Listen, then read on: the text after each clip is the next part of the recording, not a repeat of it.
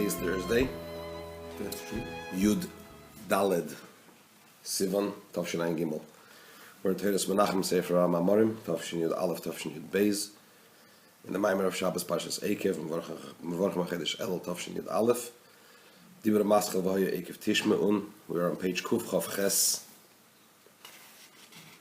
and we are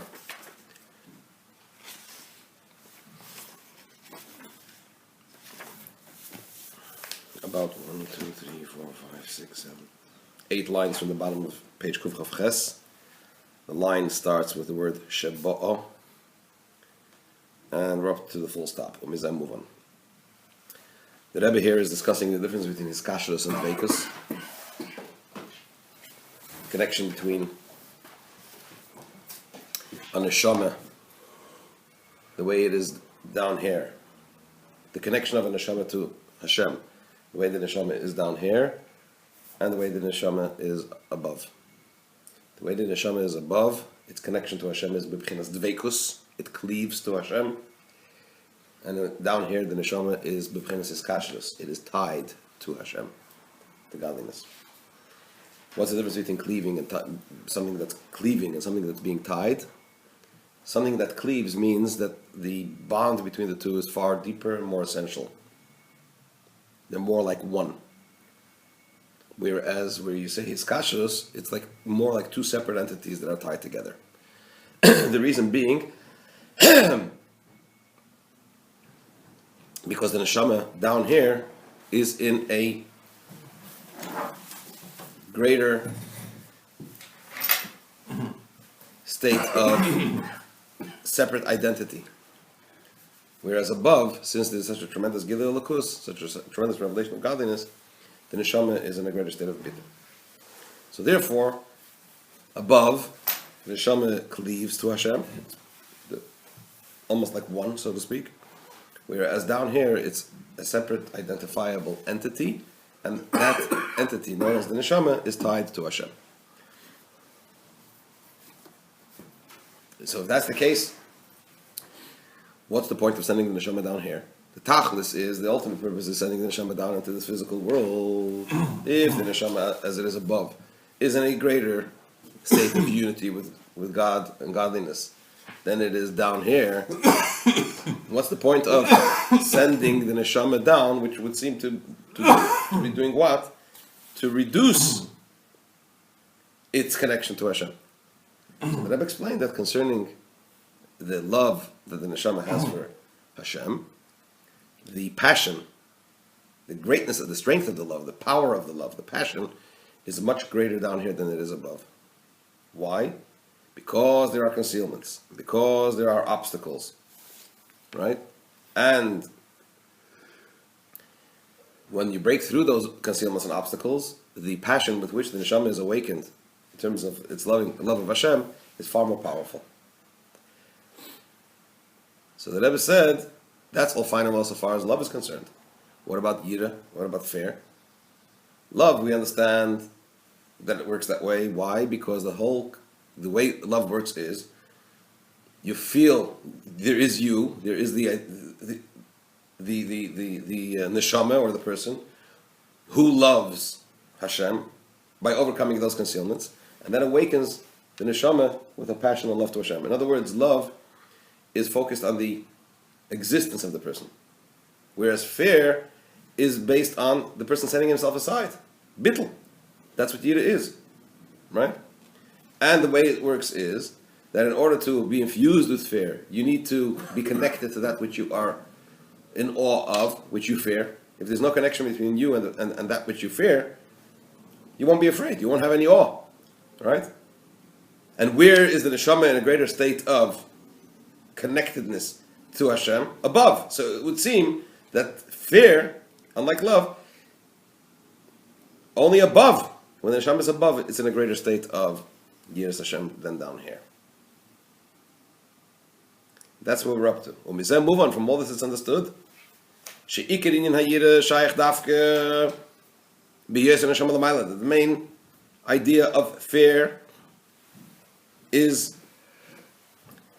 possible specifically when the neshama is above. Why? The kivan sheyesham inyan hagiluyim, because since above there is the idea of revelations. In other words, getlichkeit, godliness is more revealed, and it's that revelation and recognition.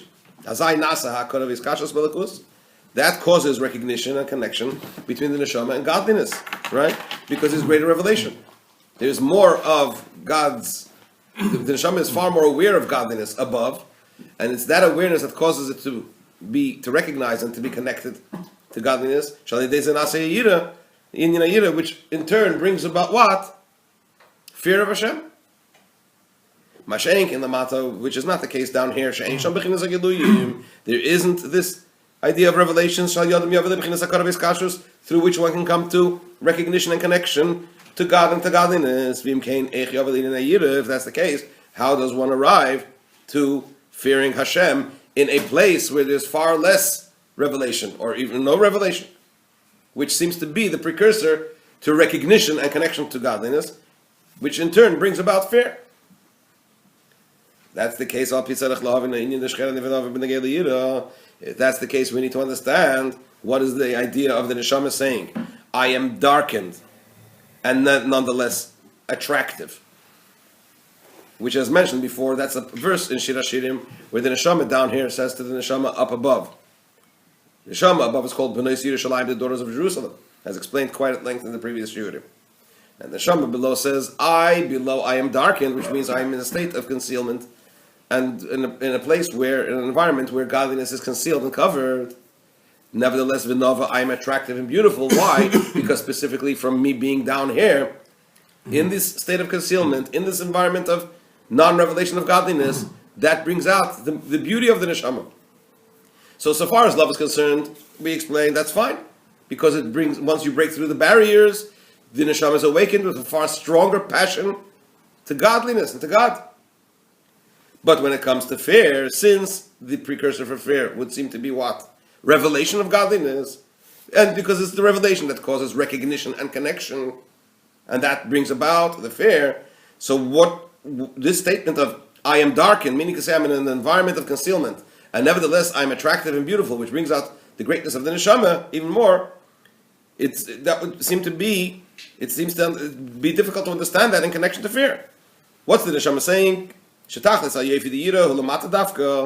idea of Shcheira and Ivanova expresses the fact that the ultimate beauty is down here below. How does that work when we talk about fear? So what are we going to say? So maybe, perhaps, maybe the Neshama is only making that statement concerning love. Maybe not fear. Says the Rebbe, no. We must say, we are compelled to say this concept of beauty that the neshama talks about, that is brought about specifically in an environment where there is concealment and covers ungodliness down here, is not only in connection to Avos Hashem, but also in the connection to Yiras Hashem. Not only in connection to love, the love of Hashem, but also in connection to fear of Hashem. That is far, that there is an element of greater attractiveness in the way the neshama is down here, over and above the way the neshama is lamayla, above. Why? Because it was explained earlier. What did we explain before? That the unity of the souls, the neshamas, when they are down here, how are they connected to godliness, the way the neshama is down here? In a mode of iskashrus, being tied, as opposed to what? Dveikus, cleaving. In other words, that it's like what? Like two more distinct entities that are tied together. That's the idea of iskashrus. Now the Rebbe says a very interesting concept. What is a knot? Halachically, a knot is a double knot. In Hilchas Shabbos it says that on Shabbos you're not allowed to undo a knot. What knot are you not allowed to undo? It's called kesher shel kayoma. A knot that exists, that lasts, a lasting knot. A bow, the way we tie our shoes in a bow, that's not considered a knot because it's easily undone. Kesher shel kayoma means a double knot. So since we're talking about hiskashrus, a knot, so what is a knot? Al pi Torah, a double knot. V'yadu ashekesha shel kayama, it is known that a lasting knot, hu be'ofen shel beis ksharim zel gabezeh. How do you make a lasting knot? By tying two knots, one on top of the other. In other words, what? A double knot. What is that beruchnius, the double knot? Shehem beis inyanim, the Avim Yira. The double knot is, one knot is ahav, love of Hashem, and the second knot is what? Yiras Hashem, fear, love of Hashem and fear of Hashem.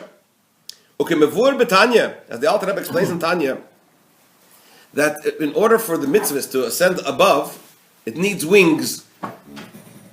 What are the wings of mitzvahs? Avas Hashem and Yiras Hashem, fear of Hashem and love of Hashem. When a yid fulfills mitzvahs with love and fear of Hashem, those are the two wings that assist, that allow the mitzvah to go up above and have its effect. So the Alter Rebbe explains in Tanya, the K'moisha oif eine yochel lefreich b'kanaf echad ele bebeis kanafayim, just like a bird cannot fly with one wing, it needs two wings to fly.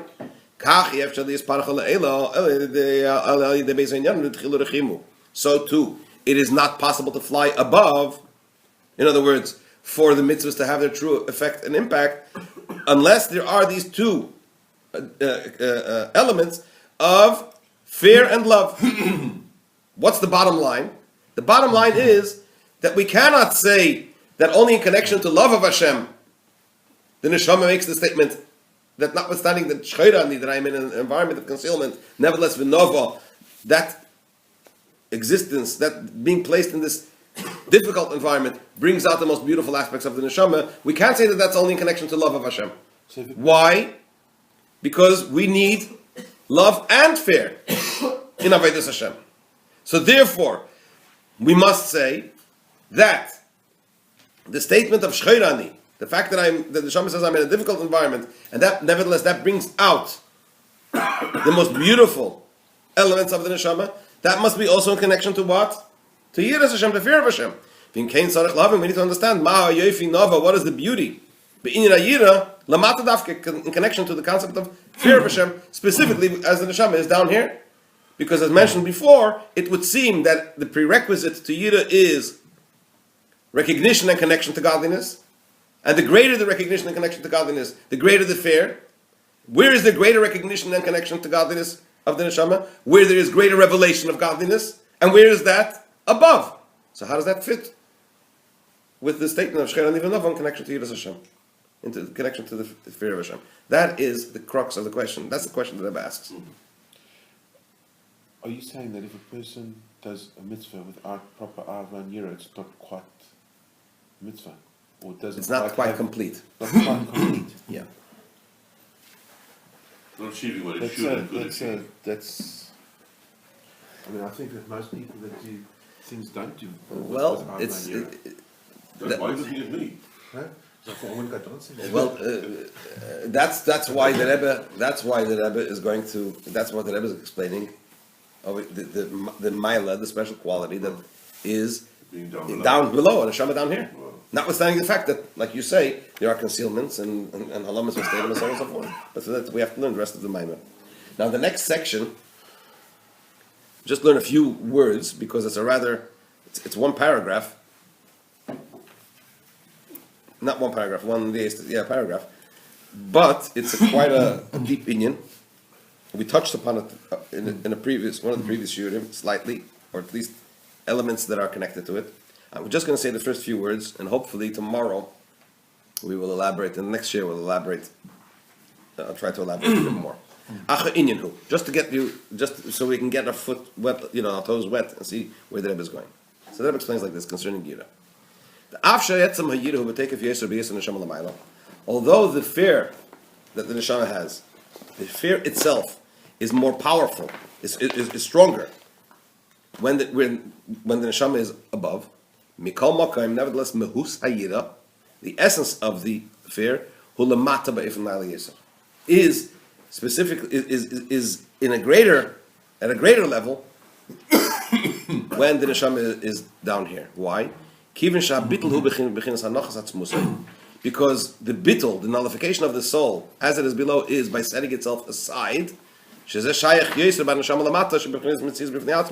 That is more relevant to the soul down here, where the soul is a more identifiable existence than the soul above. In other words, like this: the neshama l'mayla, the soul the way it is above, does not need to set itself aside to the extent that it needs to do down here in order to have Yiras Hashem. In other words, since above it's dveikus, it's almost one and the same with godliness. Yes, it fears Hashem, but not like something else that recognizes that it should be in awe of Hashem. That's what the neshama is. The neshama is godliness, and it feels itself as godliness up above. And therefore, when it is in the presence of a great revelation of godliness, it's natural for it to fear Hashem. The fear of the neshama above, the fear of Hashem as the neshama is above, comes to it naturally. Down below, in order for it to have the fear of Hashem, the neshama needs to set itself aside. The person needs to say to himself, he has to look at himself and say, listen, there is a Hashem who's all powerful and who is responsible for all existence, and that inspires the person with fear. So in terms of setting himself aside, that is more powerful down below. It's quite an involved type of concept. We don't have the time to get involved in it now, but we will address it in the next year.